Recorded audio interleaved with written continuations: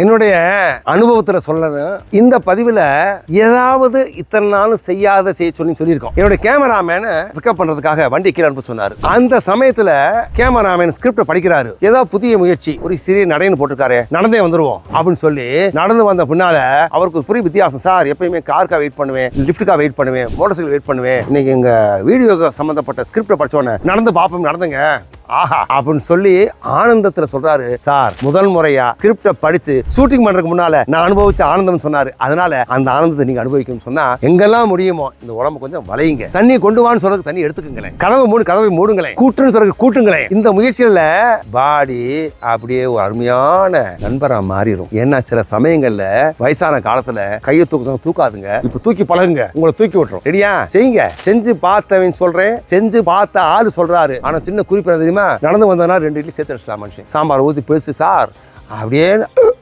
அடிச்சாருங்க. சரி அந்த ஆளு கொடுத்து வச்சது. என்ன சொன்னீங்க? ரைட்.